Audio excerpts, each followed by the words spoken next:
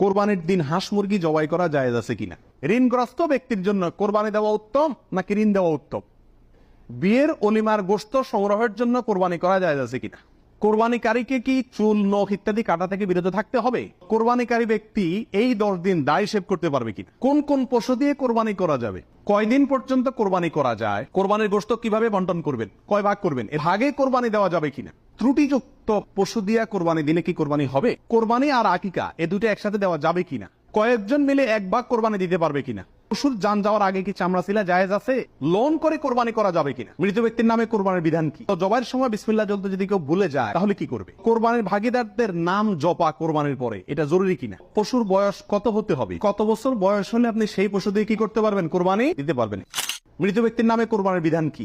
শুধু মৃত ব্যক্তির নামে আলাদা কোরবানি দেওয়া জায়েজ অনেক উলামা ইকরাম বলেন, কিন্তু অনেক উলামা ইকরাম বলেন যারা মৃত ব্যক্তির সাথে জীবিত ব্যক্তির সাথে মৃত ব্যক্তিকে যোগ করে দেওয়া যাবে।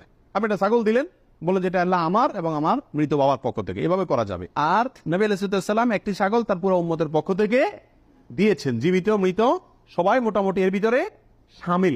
তো জবাইয়ের সময় বিসমিল্লাহ বলতে যদি কেউ ভুলে যায় তাহলে কি করবে? এর উত্তর হলো, নিজের পশু তো নিজে জবাই করা উত্তম।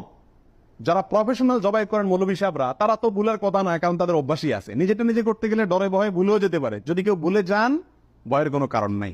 মুসলমান যদি ভুলেও যায় তবুও সেই পশু হালাল হবে, খাওয়া হারাম হবে না। ইচ্ছাকৃত যদি কেউ বিসমিল্লাহ না বলে সেটা ভিন্ন কথা, সেটা সমস্যা আছে। কিন্তু ভুলে যদি বিসমিল্লাহ না বলে তাতে পশু হালালই থাকবে, হারাম হবে না ইনশাআল্লাহ। লোন করে কোরবানি করা যাবে কিনা? হাওলাত করে, ঋণ করে কোরবানি করা যাবে কিনা? এর উত্তর হলো যাবে, যদি সেই ঋণের টাকাটা দেওয়ার মতো ব্যবস্থা বা ইচ্ছা, সদিচ্ছা থাকে, তাহলে ঋণ করেও কি দেওয়া যাবে? ঋণ করে ভালো কাজ করা যায়। এরপরে আসি, পশুর বয়স কত হতে হবে? কত বছর বয়স হলে আপনি সেই পশু দিয়ে কি করতে পারবেন? কোরবানি দিতে পারবেন। এর উত্তর হলো, পশু যদি হয় সবচেয়ে বড় পশু অর্থাৎ ওট, তাহলে সেক্ষেত্রে সেটার বয়স হতে হবে কমপক্ষে 5 বছর। কত বছর? 5 বছরের নিচে যদি ওটের বয়স থাকে, ওইটা এমনি জবাই করতে খাইতে পারবেন, কিন্তু কোরবানি হিসাবে কি করতে পারবেন না।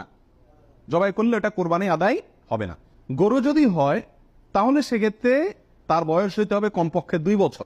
আর ছাগল, দুম্বা, ভেড়া এগুলো যদি হয় তাহলে তার বয়স হইতে হবে কমপক্ষে 1 বছর। তাহলে ছোট পশুগুলা 1 বছর, গরু 2 বছর, ওট 5 বছর। ছোট পশুর মধ্যে আবার দুম্বা, ভেড়া এগুলো যদি 6 মাসের বয়স, 7 মাস, 8 মাসের বয়সেরটা দেখতে 1 বছরটার মতো বড় দেখা যায় তাহলে চলবে, কিন্তু ছাগলের ক্ষেত্রে পরিপূর্ণ কি হইতে হবে? 1 বছর হওয়া লাগবে। কোরবানির দিন হাঁস মুরগি জবাই করা জায়েজ আছে কিনা? আমাদের দেশে অনেকেই গ্রামের দেশে বলেন যে কোরবানির দিনগুলোতে, ঈদের দিনে কি করা যায় না? হাঁস মুরগি জবাই করা যায় না। আসলে কতটা সঠিক? উত্তর হলো, এটা সম্পূর্ণ ভিত্তিহীন, বানোয়াট কথা। এর